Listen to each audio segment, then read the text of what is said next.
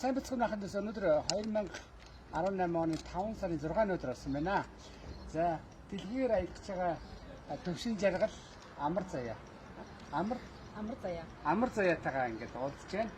За, амар заяа төвшин жаргал 2 маань дэлхийгээр аялах юм байна. Дэлхийн 40 улсаар аялаад хамгийн цаатал нь Дублин орносон тий.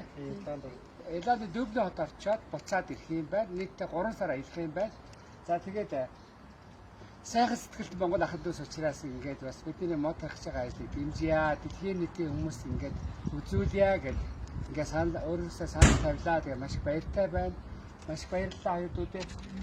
Тэгээд цөмөрөө хамтдаа сайхан их орноо сүлжлтээс авалцгаая.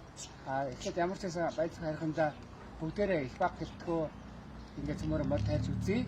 Хамтдаа дасгалцгаая. За тэгээд хоёрдуудээ аян замд нь сайхан нөхцөл ирээ. За тэгээд баяртайгаар буцаад Улаанбаатартаа уулзцгаая. За баярлалаа. За, ийм чинцээр ажил болохоор их удаан их найрын